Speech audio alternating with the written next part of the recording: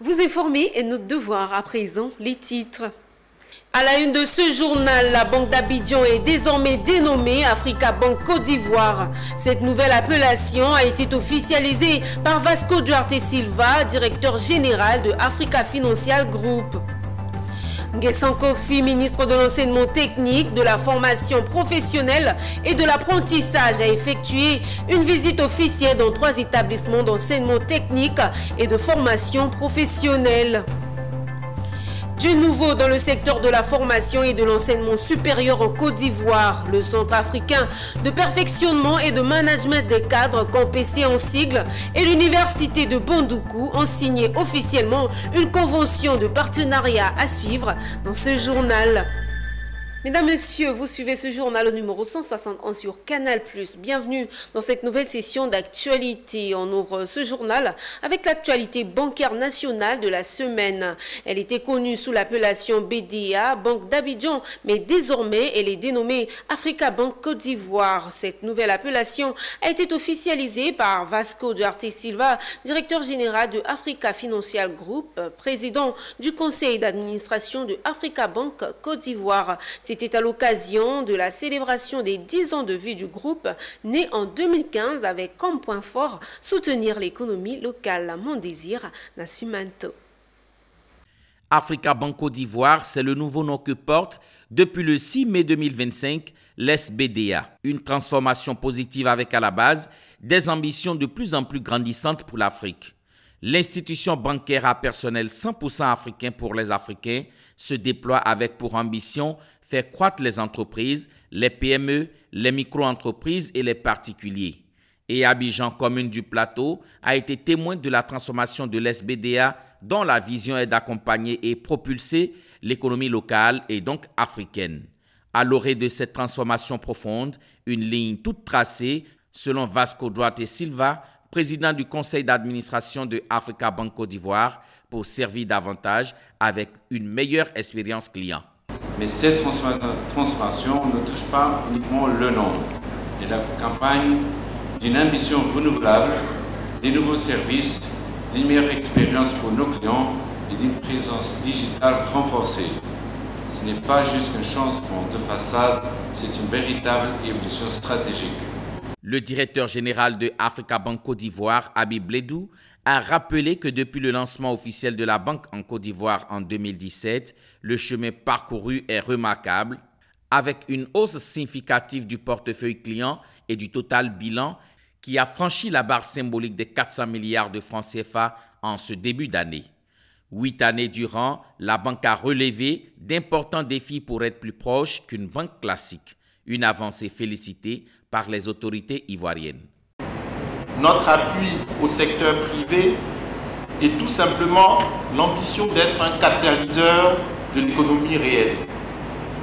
Et c'est dans cet esprit que via nos directions corporate et financement structuré, nous avons levé des ressources significatives pour financer des projets majeurs de l'État, des grandes entreprises et institutions en Côte d'Ivoire et dans la sous-région.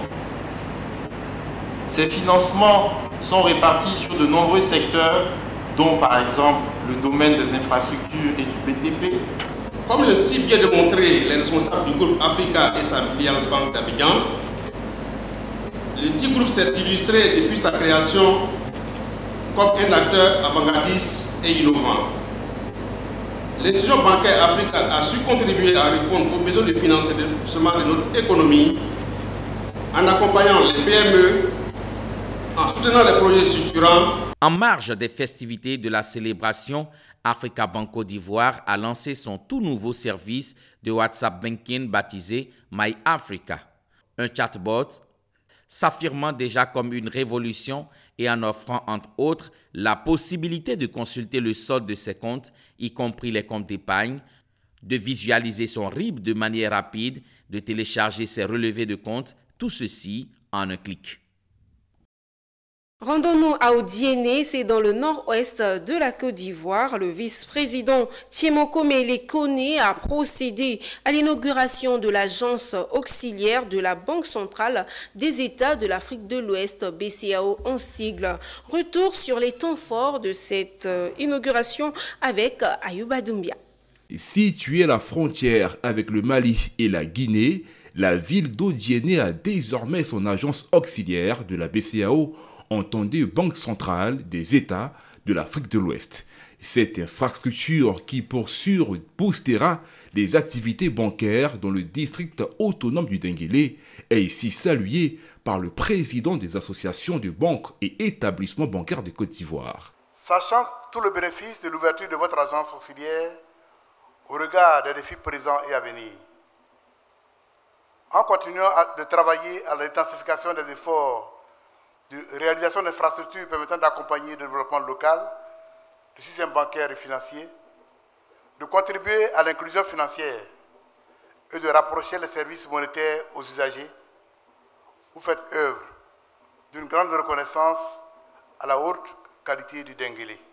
À sa suite et dans la même dynamique, le ministre des Finances et du Budget a mis en exergue les impacts économiques que va engendrer cette agence auxiliaire pour les populations de l'extrême nord du pays. L'expansion du réseau des agences de la BCEAO constitue en effet un levier important pour stimuler l'implantation des banques, établissements financiers et institutions de microfinance dans nos régions.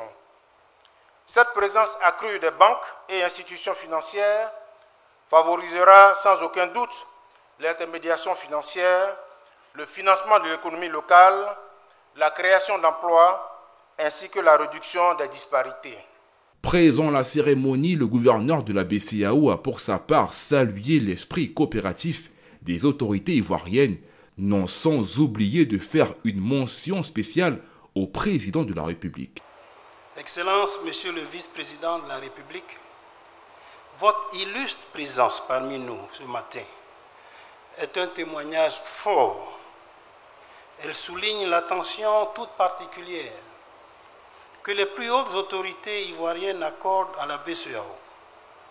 Nous voudrions, à travers vous, exprimer toute notre reconnaissance à son Excellence, Monsieur le Président de la République, pour l'appui constant et multiforme qu'il apporte aux actions de la Banque centrale.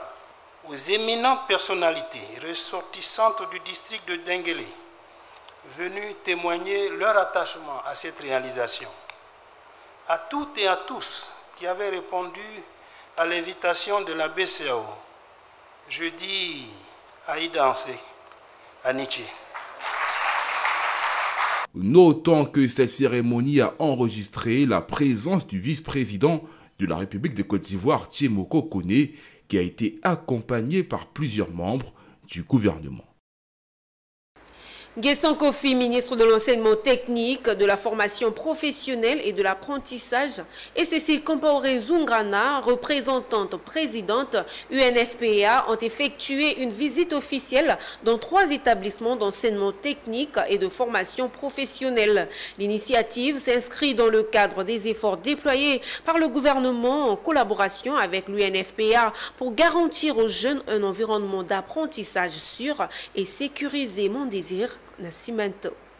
Le lycée professionnel de Jacquesville, à environ 60 km d'Abidjan, première destination du cortège de Guessan Kofi, ministre de l'enseignement technique, de la formation professionnelle et de l'apprentissage, et Cécile Compaoré Zungrana, représentante résidente de l'UNFPA. Ils s'y sont rendus dans l'optique des efforts déployés par le gouvernement ivoirien en collaboration avec l'UNFPA pour garantir aux jeunes un environnement d'apprentissage sûr et sécurisé. Après Jacquesville, direction la commune de Yopougon dans le lycée professionnel multisectoriel Mohamed VI.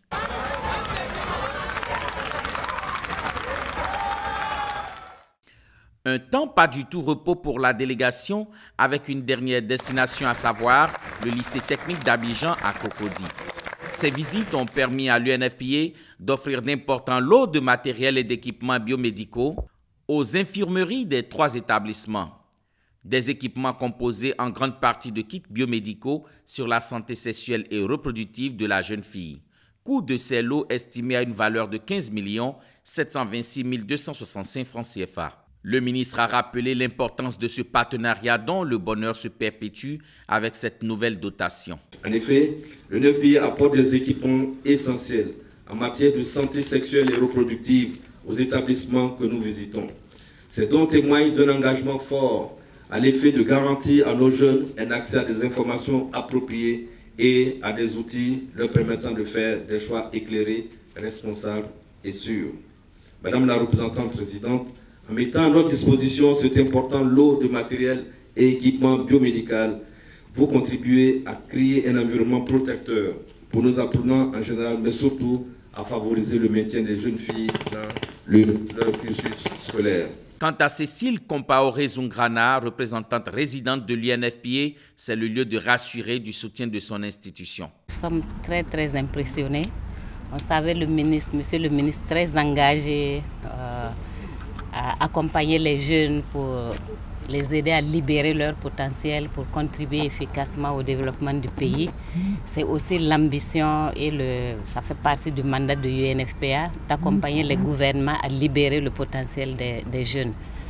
Au cours de cette mini-tournée, la représentante résidente de l'UNFPA s'est engagée à contribuer davantage à former les éducateurs sur les enjeux liés à la santé et au genre, entendre les dispositifs d'écoute et de prise en charge des victimes de violences.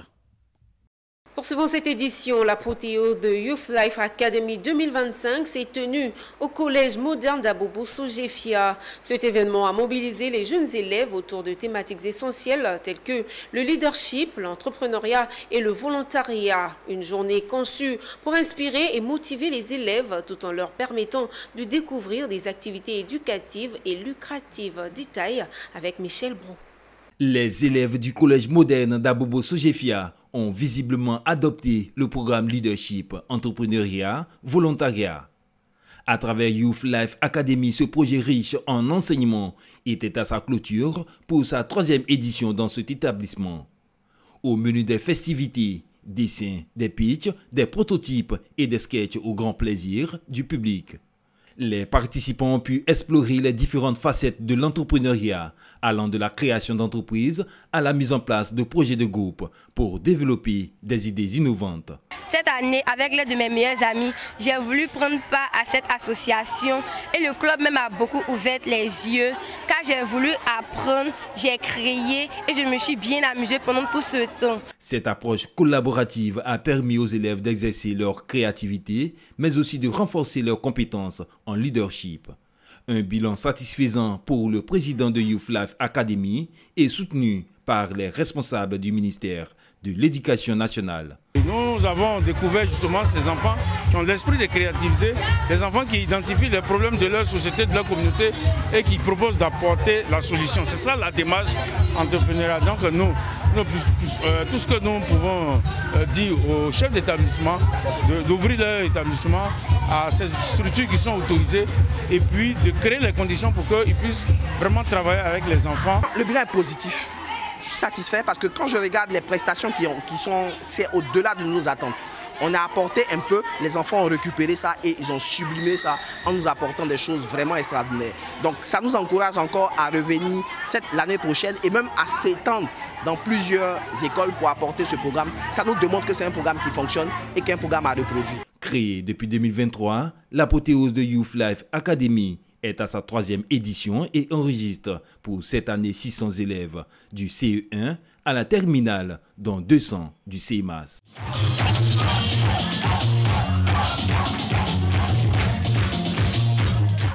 Autre chose, Ebenix Technologies, en partenariat avec APS-FDCI, ont réuni les acteurs de la microfinance autour d'un atelier pratique le jeudi 8 mai à Abidjan avec pour objectif les aider à mieux comprendre les enjeux du digital et de la cybersécurité. Il s'agit de protéger les données, sécuriser les systèmes et améliorer les services pour les clients. Ce reportage est commenté par Anja Semia. Comment mieux protéger les données des clients? Comment suivre l'évolution rapide du digital dans un monde connecté? Pour y répondre, Ebenix Technologies et l'Association des professionnels des systèmes financiers décentralisés de Côte d'Ivoire ont organisé un atelier. L'objectif est de permettre aux acteurs de comprendre les enjeux du digital et adopter des solutions concrètes, une étape importante pour faire de la cybersécurité une habitude. Nous avons cette séance de travail avec l'Association des professionnels des systèmes financiers décentralisés. L'objectif est de présenter aujourd'hui l'impact de la transformation digitale et l'importance de la sécurisation de leurs données et de leurs systèmes d'information. Parce qu'il s'agit ici de manipulation de flux, il s'agit ici d'utilisation de gestion financière. Nous voulons, en tant qu'acteurs dans le secteur financier, aussi apporter notre contribution, aider les institutions de microfinance à intégrer la digitalisation dans leurs services. Pour rappel, Ébéniste Technologies est une société ivoirienne experte en ingénierie et services informatiques et son partenaire, l'Association des professionnels des systèmes financiers de Côte d'Ivoire, qui regroupe les acteurs des systèmes financiers décentralisés pour mieux structurer le secteur. Une autre actualité du nouveau dans le secteur de la formation et de l'enseignement supérieur en Côte d'Ivoire. Le Centre africain de perfectionnement et de management des cadres Campessi en sigle et l'Université de Bandoukou ont signé officiellement une convention de partenariat, une collaboration qui permettra aux deux entités de renforcer leurs compétences dans le but de booster la formation et l'innovation académique. C'était le mercredi 7 mai à la salle Tafine du Campessi à l'université Félix Houphouët-Boigny. Suivez. Ils ont décidé de mutualiser leurs efforts pour renforcer le niveau des formations, tant au niveau des universitaires que des professionnels. Le Centre africain de management et de perfectionnement des cadres Campessi et l'université de Bandoukou ont signé une convention de partenariat. À travers cette convention, le Campessi s'engage entre autres à concevoir et proposer des modules de formation à l'université de Bandoukou dans le cadre de la formation de son personnel. C'est dans la suite donc, de ces activités qui ont déjà été menées que nos deux institutions ont jugé bon de signer cette convention afin donc, de renforcer notre collaboration, mettre à la disposition de l'université de Bandoukou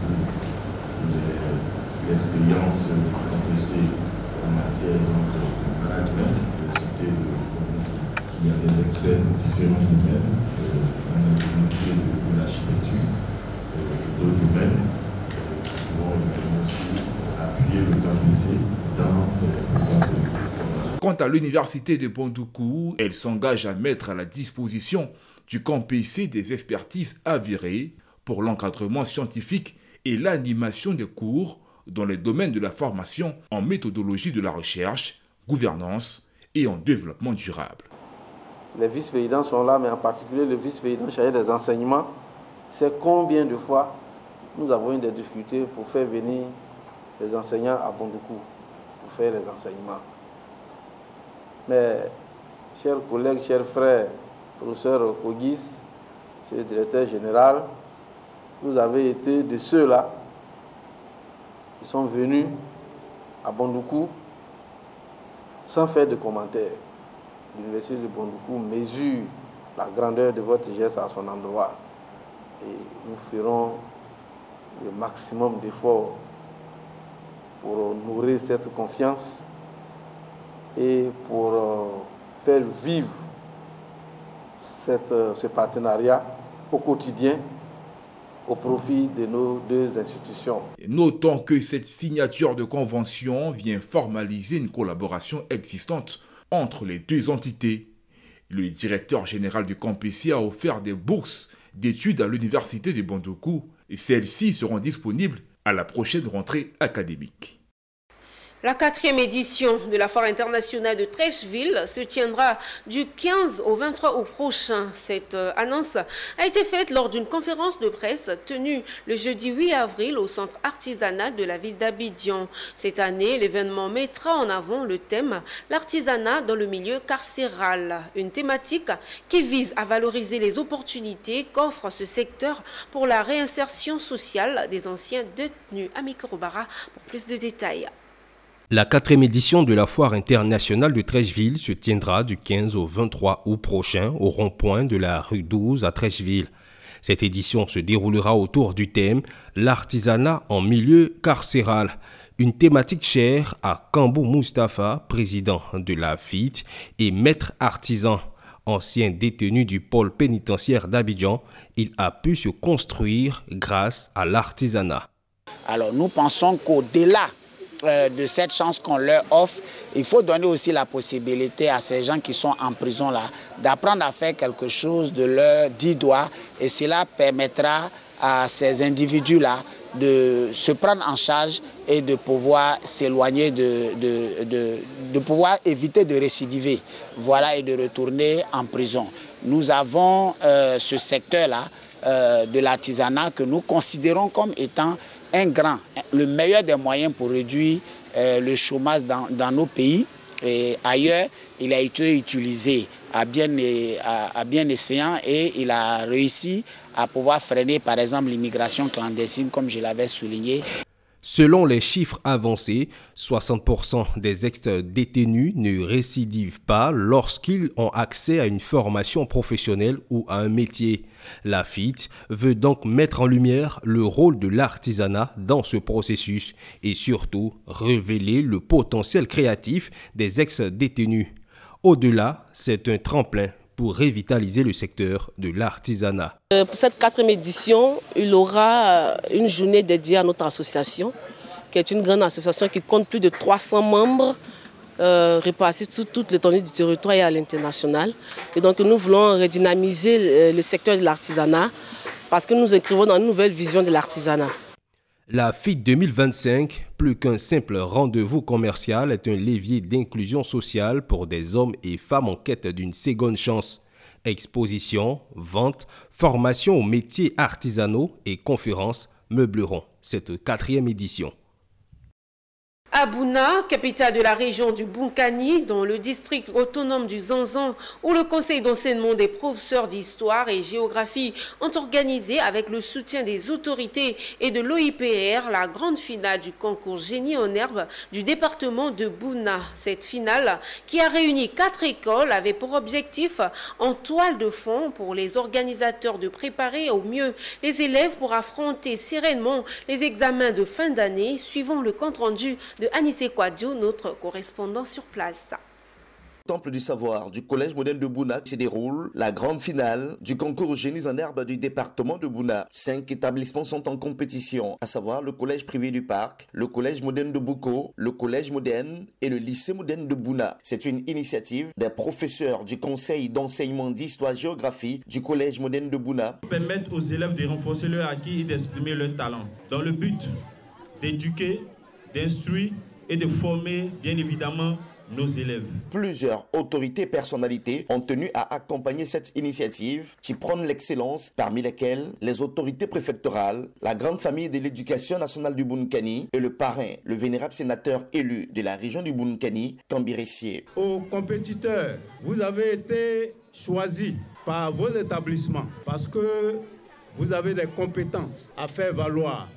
Et je voudrais que cette lucarne qui vous est offerte vous serve pour exposer vos compétences. On ne veut pas faire de vous de faux citoyens. Lorsque vous excellez dans ce domaine, vous pouvez affronter la vie. Le parrain, en m'amenant vers vous, vous dit l'importance du génie en herbe pour que vous puissiez être des responsables bien aguerris pour affronter la vie. Les élèves ont été évalués, entre autres, sur des questions de l'organisation administrative de la Côte d'Ivoire, le rôle du Sénat ivoirien, l'importance de l'impôt et également la connaissance des parcs et réserves de Côte d'Ivoire. Nous nous associons aux différentes activités d'éducation environnementale. Aujourd'hui, nous sommes là pour accompagner cette grande activité, faciliter aussi la tâche à l'État en matière de préservation de la biodiversité. Au terme d'une compétition âprement disputée, c'est le collège moderne de Bouna qui soulève le trophée de la 5e édition du concours Génies en herbe du département de Bouna. Les gagnants ont reçu de nombreux lots, entre autres des médailles, des kits scolaires et une importante enveloppe consacrant leurs efforts fournis tout le long de cette compétition qui a duré 8 mois. Changeons de direction. Dans le cadre de sa 4e édition, la caravane nationale du reboisement populaire a fait escale à Oumé, dans la forêt classée de Sangoué, dans la sous-préfecture de Diengo-Nefla, le mardi 6 mai, organisé par la Fondation Yodé et Siro en partenariat avec Aliette Gold. Cette étape s'inscrivait dans une dynamique nationale de restauration du couvert forestier, de mobilisation citoyenne et de sensibilisation environnementale. Ce reportage est signé Gervais Amani. Dans la forêt classée de Sangui, le reboisement avait pris tout son sens avec les autorités locales, communautaires, les responsables de la Fondation Yes et d'une délégation de Allied Gold. Cette activité citoyenne a été menée en collaboration avec la Sodefort qui a en charge de la gestion de la Sangui.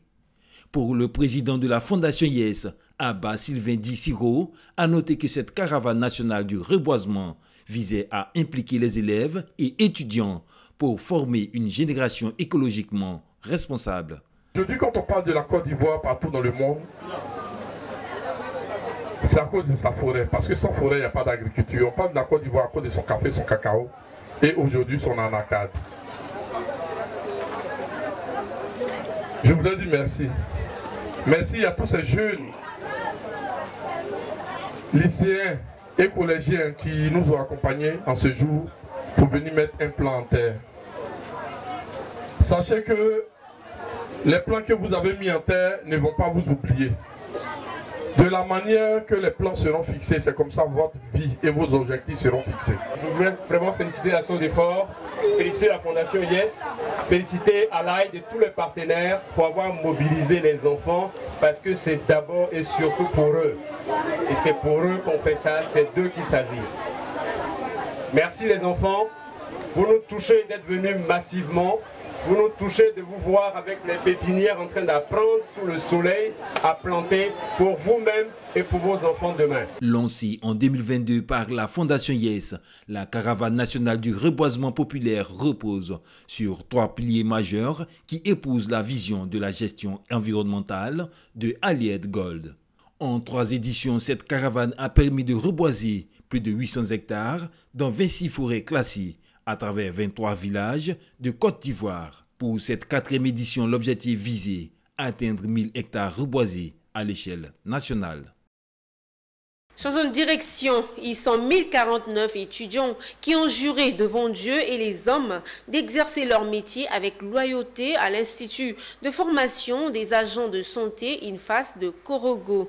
Le parrain et le chef d'antenne leur ont rappelé les déontologies de ce noble métier et à être des modèles tout en cultivant l'humilité partout où ils seront afin de relever les défis. Un match de football, handball, un défilé et une journée ont meublé ces 2 jours d'activité au grand plaisir de tous. Le témoignage de Ouattara Daouda.